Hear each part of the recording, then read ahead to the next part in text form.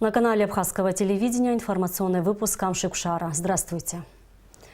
С 25 марта Абхазия снова полностью получает электроэнергию от Ингургэса. Уровень воды на гидроэлектростанции повысился и на данный момент составляет 416 метров над уровнем моря. Критический уровень, при котором останавливается работа ГЭС, 410 метров. Сейчас электроэнергия производится в обычном режиме. Ранее 20 февраля из-за падения уровня воды на Ингургэс и угрозы аварийной остановки станции стали ежедневно отключать подачу электричества по всей Абхазии с 11 до 14 часов. Затем, 27 февраля, в связи с критической ситуацией на станции Ингургэс, правительство Абхазии заключило договор с Россией о поставке электроэнергии. С тех пор часть республики обеспечивалась российским светом, другая часть электроэнергии из Ингургэса. Природные ресурсы Абхазии, геополитика, экология, экономика. Круглый стол на эту тему прошел в культурно-благотворительном центре «Мир без насилия» имени Зураба Ачба. В обсуждении темы приняли участие заместитель главы администрации президента Адгур Лушба, министр экономики Республики Абхазия Адгур Ардзенба, ученые, общественные деятели. Тема наличия и рационального использования природных ресурсов Абхазии, связанные с этим вопросы экологии и безопасности, а также геополитические и экономические интересы страны в разрезе предполагаемых возможностей. Участники встречи собрались за круглым столом, чтобы обсудить эти и другие актуальные для республики вопросы. По мнению директора Центра стратегических исследований при президенте Олега Домения, в Абхазии недостаточно ресурсов для осуществления многих стратегических программ. В первую очередь недостаточно человеческого потенциала и при всей важности природных ресурсов. А их правильное использование зависит от организованности, упорядоченности и управляемости социального и адаптационного потенциала сообщества людей. Возникает, естественно, резонный вопрос, обладаем ли мы таким потенциалом, такими социальными человеческими ресурсами для того, чтобы создать такие условия, при которых, собственно говоря, те или иные проекты, и особенно и в первую очередь государственную программу социально-экономического развития можем мы реализовать. В наших условиях речь может и должна идти не столько об освоении природных ресурсов, сколько о выходе общества из кризиса и восстановлении его социальной способности. Никакими точечными проектами такая задача во благо обществу решена быть не может. Она может решаться лишь при комплексном, системном, программно-целевом подходе. По мнению ученого Январби Экба, в Абхазии достаточно экологических проблем. Острее всего стоит вопрос загрязнения окружающей среды, из-за чего страдает флора и фауна уникальной природы республики. Мы не занимаемся утилизацией своих отходов. Проблема полностью пущена на самотек. Идут ливневые дожди, идут, значит, эти паводки, все это смывается в море. И таким образом конечным пунктом, который все это терпит, является море. Нефтяные вот эти вот дела. Дело в том, что вот Черное море является миромактическим водоемом, у которого аэробная часть, где живые организмы могут существовать, составляет всего 100 метров воды. 87% объема вод Черного моря являются сероводородными. Более того, значит, кроме сероводорода еще имеется метан. В 1927 году вблизи Крымского полуострова действительно имели место, что море горело, потому что значительное выделение метана, они прорываются на поверхность, и стоит, значит, появиться небольшой искре, и все, горит. И длительное время горит, и потушить его практически невозможно.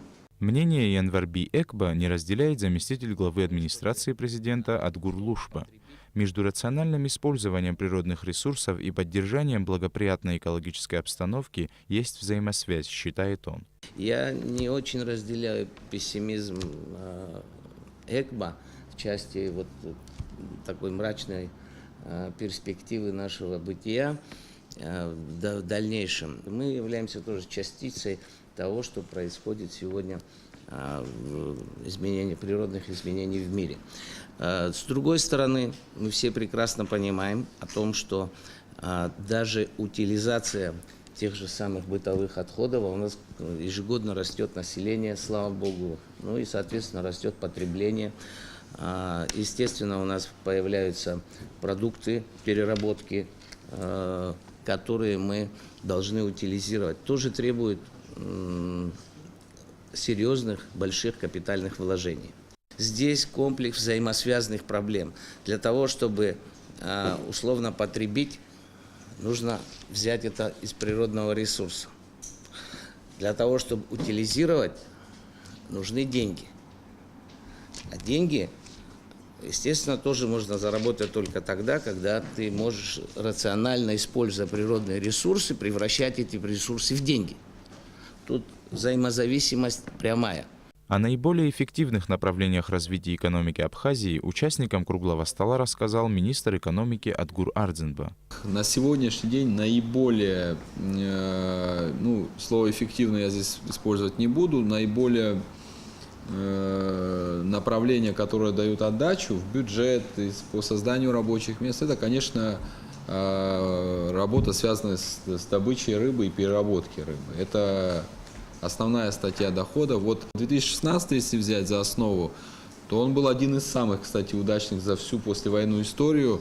И в структуре экспорта продукция рыбы и рыбопереработки заняла более 31%. Это почти 1,7 миллиардов рублей. Это впервые вообще за всю историю на такой объем. По данным, озвученным в рамках круглого стола, в последние годы в республике в целом наметился спад добычи и геологической разведки полезных ископаемых.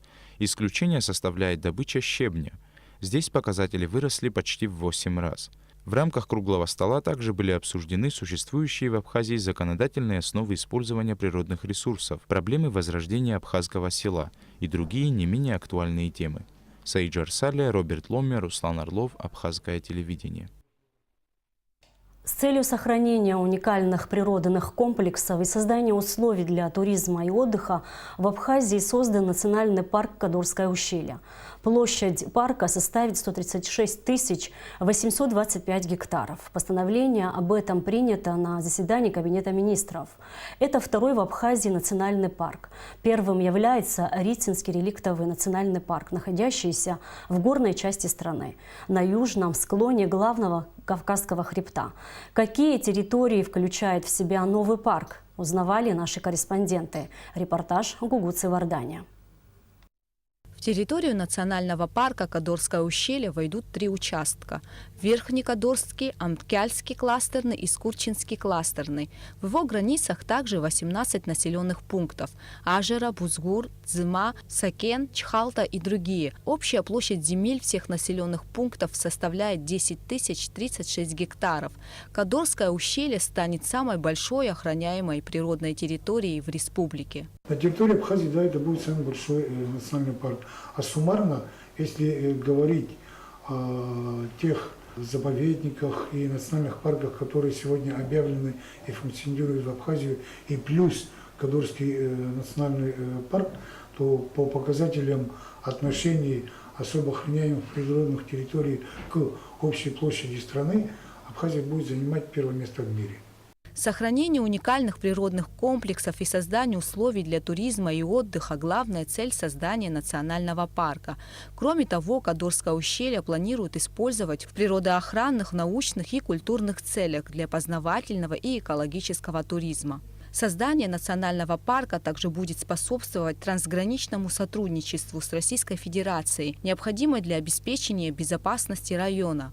Образование такого характера национального парка – это в первую очередь охрана природной среды, охрана экотопов, охрана ландшафтов, каковых являются уникальными на этой территории. Кроме того, границы национального парка будут граничить по главному Кавказскому хребту с российской территорией.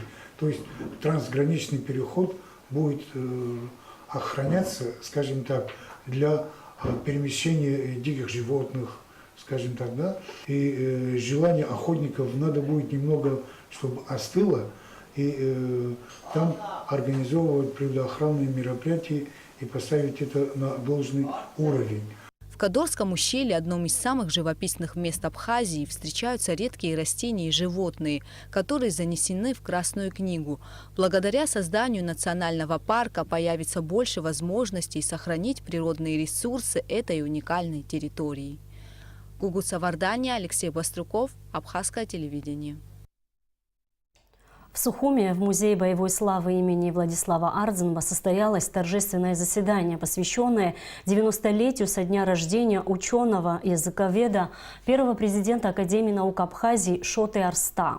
В нем приняли участие спикер Народного собрания парламента Абхазии Валерий Кварча, советник президента Владимир Зантария, представители абхазской интеллигенции, российские ученые. Выступавшие на встрече друзья и коллеги Шоты Арста отмечали его неоценимый вклад в развитие и становление абхазской науки. Советник президента Владимир Зантария зачитал указ главы государства Рауля Хаджимба о награждении Шоты Арста орденом Ахзапша первой степени. Доктор филологических наук, ведущий научный сотрудник Адыгейского республиканского института гуманитарных исследований Марзият Биданок зачитала поздравления от ученых братской Адыгеи. Уважаемый Шота Константинович, разрешите вас поздравить с вашим юбилеем от имени сотрудников Адыгейского республиканского института гуманитарных исследований имени Тембота Кирашева, который я представляю и от себя лично.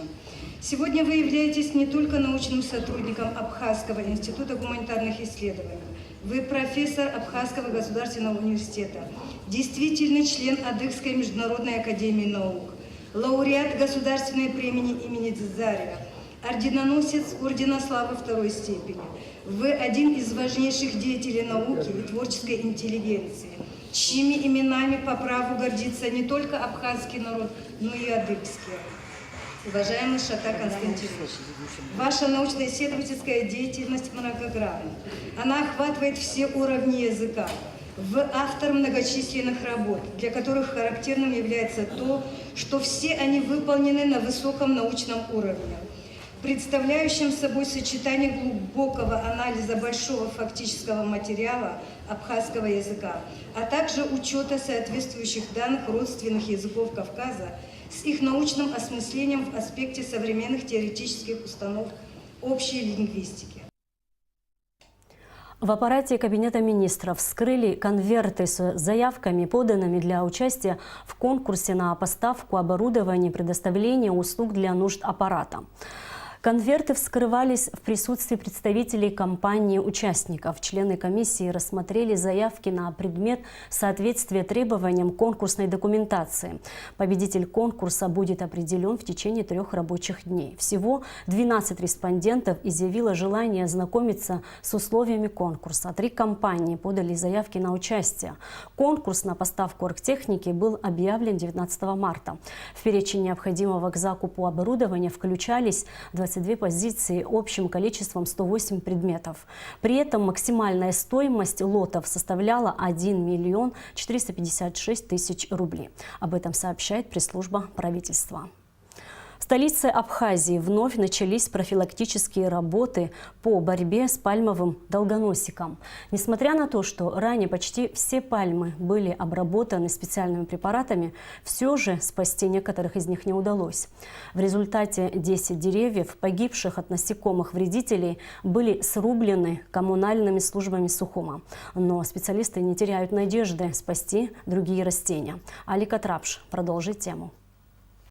Рано утром сотрудники столичной коммунальной службы и зеленого хозяйства приступили к работам по обрезке нижних пластин пальм после двукратного их лечения. А пальмовые насаждения, которые сильно пострадали от насекомых-вредителей и не восстановились после лечения, спиливают. Чтобы личинки пальмового долгоносика не распространились на здоровые деревья, сухие ветви спиленного дерева сжигают, а ствол закапывают глубоко в землю. У нас сейчас заключение на 7 пальм на удаление полностью, которые, к сожалению, после двухкратной обработки они не восстановили, и у них нету точки роста вообще. Очень, конечно, жаль, пока 7 и еще плюс 3. Это 10 пальм, которые будем удалять. Всего на учете у коммунального управления столицы 522 крупномерные пальмы – финик канарский, вашингтония, бутия и слоновая пальма. Из них уже обработано 335 пальмовых насаждений. Этим финиковым пальмам порядка 100 лет. Специалисты их лечили несколько раз. Сейчас работники коммунального управления обрезали сухие ветви пальмы, так как на них находились личинки жуков-вредителей. Но при этом точку роста дерева сохранили. И есть надежда, что эта пальма будет спасена. Нередки случаи, когда жители столицы забирают спиленные ветви пальм для хозяйственных нужд. Этого делать категорически не рекомендуется, так как с ветвями переносятся и личинки пальмового долгоносика. Профилактические работы по борьбе с пальмовыми вредителями включают в себя не только лечение, спиливание ветвей и вырубку пальм. Для приманки опасных насекомых по всему городу устанавливаются специальные феромоновые ловушки. Всего по Сухому 6 таких ловушек. Нашими экологами Института экологии расставляются феромонтовые ловушки для того, чтобы нам и следить, и проводить эту работу. Поэтому обращение ко всем гражданам, если вы видите и на крышке там написано, что это именно для этого, пожалуйста, не забирать домой, потому что это может принести большой вред в хозяйстве. Как только установится погода, специалисты вновь приступят к обработке вековых пальмовых деревьев специальными ядохимикатами, которые были выделены на эти цели Министерством сельского хозяйства и фондом «Горная Абхазия». Аля Катрапш, Степан Мартиросян, Абхазское телевидение. В Торгово-промышленной палате Абхазии состоялось внеочередное собрание некоммерческого партнерства гильдии ательеров Абхазии, на котором был избран новый президент организации.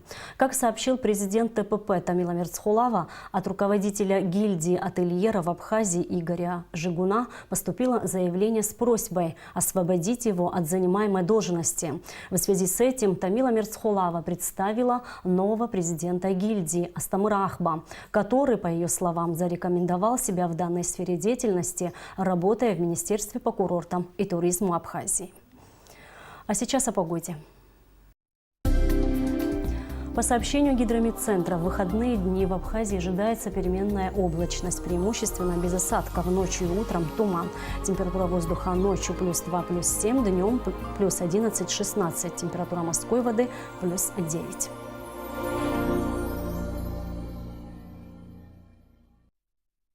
И на этом наш выпуск завершен. Всего вам доброго.